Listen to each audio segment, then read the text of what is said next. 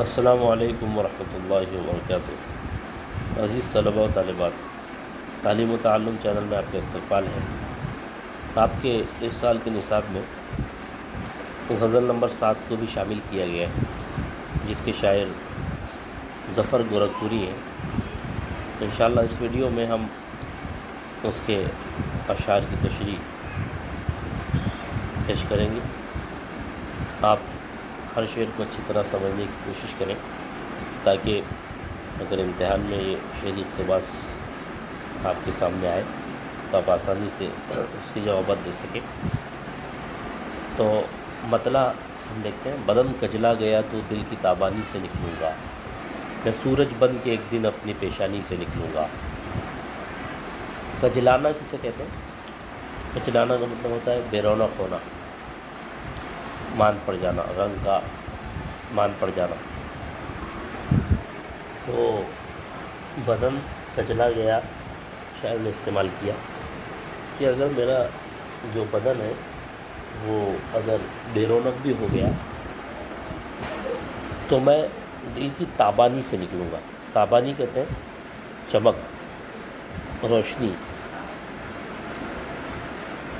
تو شاعر اس مصرے میں یہ کہنا چاہتا ہے، بدن کجلا گیا تو دل کی تابانی سے نکلوں گا، کہ اگر میرا بدن بے رونق بھی ہو گیا تو اس میں میرے لیے کوئی پریشانی کی بات نہیں، اس لیے کہ میرا دل روشن ہے، میرا دل تاباں ہے، اور اس میں عمل کرنے کی صلاحیت موجود ہے۔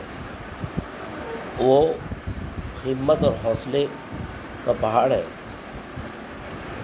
یہی وجہ ہے کہ اگر میرا بدن بے رونق بھی ہو گیا تو اس سے مجھے کوئی فرق پڑنے والا نہیں ہے، میں پھر سے جو ہے دل کی تابانی سے نکلوں گا۔ یعنی میں پھر سے جو ہے اپنے دل کی روشنی اور دل کی چمک کی وجہ سے میں پھر سے نکلوں گا، اور اپنے اس بے رونق جسم کی پرواہ نہ کرتے ہوئے میں پھر سے جو ہے اپنے عمل کی راہ ہموار کروں گا۔ میں سورج بن کے ایک دن اپنی پیشانی سے نکلوں گا، اور میں اپنے دل کی تابانی کی وجہ سے، اس میں جو روشنی موجود ہے اس کی وجہ سے میں ایک دن اپنی پیشانی سے سورج بن کے نکلوں گا۔ یعنی میرے دل کی جو چمک ہے وہ پھر میرے تمام اعضاء اور میرے تمام بدن کو پھر سے رونق بخش دے گی۔ یہ بہت اچھا شعر ہے۔ اس میں شاعر نے یہ بتانے کی کوشش کی ہے کہ جو انسان کا دل ہوتا ہے اس کا بہت اہم حصہ ہوتا ہے۔ اگر وہ دل روشن ہے، عزم و ہمت کا پہاڑ ہے، تو پھر اسے مشکل حالات اور مصیبتیں یہ اس کے حوصلے کو پست نہیں کر سکتی، بلکہ وہ جب چاہے گا وہ اپنے دل کے اس دل کی اس تابانی کی وجہ سے جب چاہے گا ان مصائب اور مشکلات کا سامنا کر کے پھر کامیابی کی طرف گامزن ہو جائے گا۔ تو اس شعر میں شاعر نے یہ بتانے کی کوشش کی ہے کہ جس طرح رات آتی ہے اور اس کے بعد سورج پھر سے مشرق کی طرف سے طلوع ہوتا ہے، بالکل اسی طرح میرا اگر بدن بے رونق بھی ہو گیا تو میرے دل میں جو تابانی اور چمک ہے اس کی وجہ سے میں سورج بن کے اپنی پیشانی سے نکلوں گا۔ جس طرح سورج مشرق سے طلوع ہوتا ہے اور پوری دنیا کو روشن کر دیتا ہے، اسی طرح میں پیشانی سے سورج بن کے نکلوں گا، اور دیکھتے ہی دیکھتے اپنے پورے بدن کو میں منور کر دوں گا۔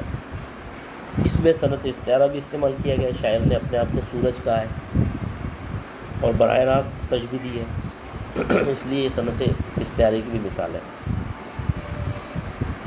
نظر آ جاؤں گا میں آنسوؤں میں جب بھی روؤ گے، مجھے مٹی کیا تم نے تو میں پانی سے نکلوں گا۔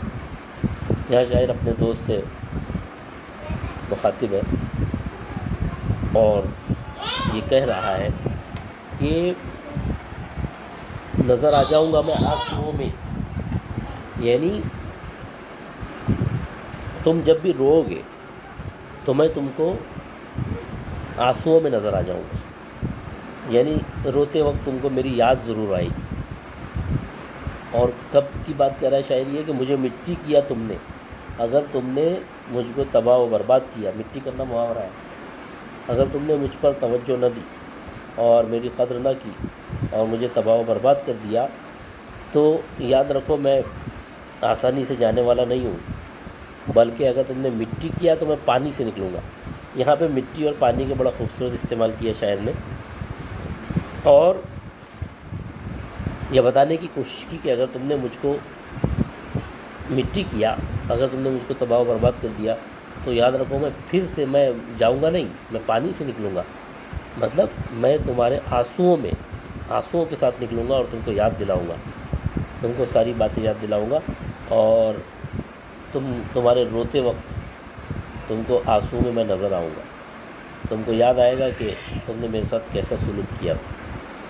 تو نظر آ جاؤں گا میں آنسوؤں میں، جب بھی رو گے مجھے مٹی کیا تم نے تو میں پانی سے نکلوں گا۔ میں اب ایسا خوبصورت رنگ ہوں دیوار کا اپنی، اگر نکلا تو گھر والوں کی نادانی سے نکلوں گا۔ بڑا اچھا شعر کہا شاعر نے کہ میں اپنی دیوار کا خوبصورت رنگ ہوں، اور اپنی دیوار سے مراد یہاں پر شاعر نے اپنے آپ کو دیوار کا خوبصورت رنگ کہا ہے۔ جس طرح دیوار کا حسن جو ہے وہ اس کے رنگ میں ہوتا ہے، اگر کتنی شاندار دیوار کیوں نہ بنا دی جائے، لیکن اگر اس پر رنگ و روغن نہ کیے جائے تو وہ بے رونق سی معلوم۔ تو شاعر نے اپنے آپ کو دیوار کا خوبصورت رنگ کہا کہ جس طرح سے دیوار کی خوبصورتی رنگ و روغن میں ہوتی ہے، اسی طرح میرے خاندان اور میرے گھر والوں کی عزت میری وجہ سے، شاعر یہ کہنا چاہتا ہے اور اپنی اہمیت جتانا چاہتا ہے، اور آگے یہ بھی کہہ رہا ہے کہ اگر میری قدر نہ کی گئی، میرے مقام کو نہ پہچانا گیا، تو وہ بھی گھر والوں کی نادانی کی وجہ سے ایسا ہو سکتا ہے، ورنہ میں تو خوبصورت رنگ ہوں جو سب کو اچھا لگتا ہوں۔ اگر اس رنگ کو خراب کیا گیا تو یہ گھر والوں کی وجہ سے ہی ہو سکتا ہے، اور ان کی نادانی اور ناسمجھی کی وجہ سے ہی ہو سکتا ہے۔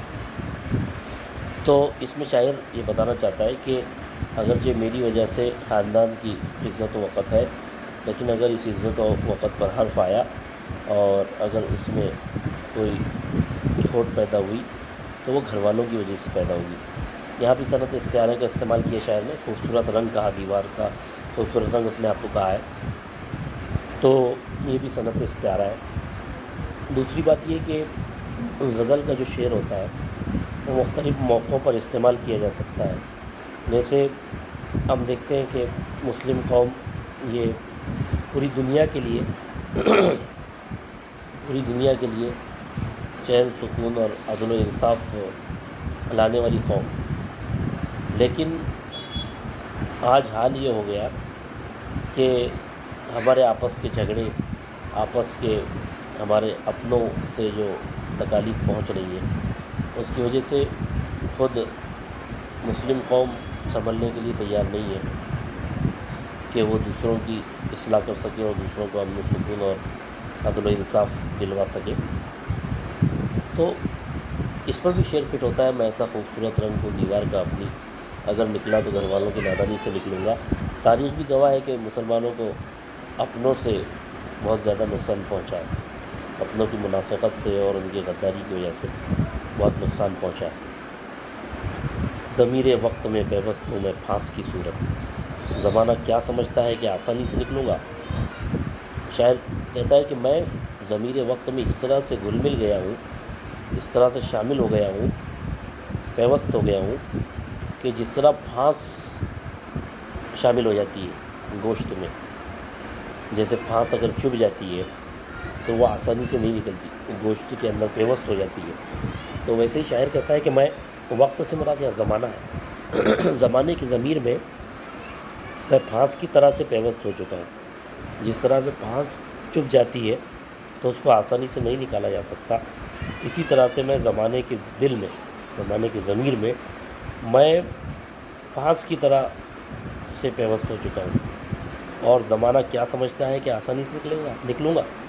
زمانہ کیا مجھ کو آسانی سے مٹا دینا چاہتا ہے؟ میں آسانی سے مٹنے والا نہیں ہوں، اس لیے کہ میں پھانس کی صورت جو ہے زمانے میں پیوست ہو چکا ہوں، اور جب تک کہ اس کو نکالنے کی کوشش بھی اگر نکالنے کی کوشش بھی کی جائے گی تو وہ آسانی سے نکلنے والی نہیں ہے، کیونکہ پھانس اتنی آسانی سے نہیں نکلتی۔ یہ بہت اہم بات شاعر نے کہا، اصل میں جب تک کہ اللہ اللہ کرنے والا اس روئے زمین پر ہے تب تک کہ اس کائنات نظام کو چلایا جائے گا، جب یہ بھی دنیا سے چلا جائے گا تو قیامت آ جائے گی۔ مطلب یہ ہے کہ یہ جو دنیا میں آج لوگ مزے اڑا رہے ہیں اور اچھی زندگی، مطلب یہ کہ سیر و تفریح میں اپنی زندگی گزار رہے ہیں، تو یہ دراصل ایک مومن کی وجہ سے، اگر تمام مومنین دنیا سے ختم ہو جائیں گے تو قیامت آ جائے گی۔ شاعر کہتا ہے کہ مجھ کو آسانی سے مٹایا نہیں جا سکتا، اور تاریخ بھی گواہ ہے، کتنی کوششیں کی گئیں لیکن آج تک مٹایا نہیں جا سکتا۔ تو ضمیر وقت میں پیوست ہوں میں پھانس کی صورت۔ پھانس کی صورت یہ تشبیہ ہے، سند تشبیہ، پھانس کی طرح۔ یہی ایک شے ہے جو تنہا کبھی ہونے نہیں دیتی، ظفر مر جاؤں گا جس دن پریشانی سے نکلوں گا۔ شاعر کہتا ہے کہ یہی ایک ایسی چیز ہے جو مجھ کو اکیلا نہیں ہونے دیتی۔ کون سی چیز؟ پریشانی، یعنی جو مجھ پر حالات، مصیبتیں اور غم جو آئے ہوئے ہیں، یہی ایک ایسی چیز ہے جو مجھے اکیلا نہیں چھوڑتی، ہمیشہ میرے ساتھ رہتی، ہمیشہ غم، مصیبتیں، پریشانیاں میرے ساتھ رہتی ہیں۔ اور شاعر کہتا ہے کہ میں جس دن پریشانی سے نکلوں گا اس دن میں مر جاؤں گا۔ مطلب یہ کہ وہ میرا آخری دن رہے گا۔ شاعر یہ بتانا چاہتا ہے کہ انسان کو موت کے وقت تک، جب تک کہ اس کی سانس باقی ہے، تب تک کہ اس کو غموں اور مصیبتوں سے چھٹکارا نہیں ہے، اسے اسی وقت مل سکتا ہے جب اس کی آنکھ بند ہوگی۔ تو یہی ایک شے ہے جو تنہا کبھی ہونے نہیں دیتی، ظفر مر جاؤں گا جس دن پریشانی سے نکلوں گا۔ تو امید ہے آپ کو غزل سمجھ میں آئی ہوگی۔ یہ اوپر کا جو شعر ہے پھانس کی صورت، اس میں اگر آپ سے پوچھا جائے کہ مشبہ اور مشبہ بھی کون سا ہے، تو میں اس کو پھانس کی طرح قرار دیا گیا، تو میں جو ہے یہ مشبہ ہو جائے گا، اور پھانس جو ہے مشبہ بھی ہو جائے گا، اور صورت جو ہے یہ حرف تشبیہ ہے جس کے ذریعے سے تشبیہ دی گئی۔ تو اس طرح سے آپ کو کبھی یہ بھی سوال پوچھا جا سکتا ہے۔ امید ہے آپ کو ویسے سمجھ میں آئی ہوگی۔ السلام علیکم ورحمۃ اللہ وبرکاتہ۔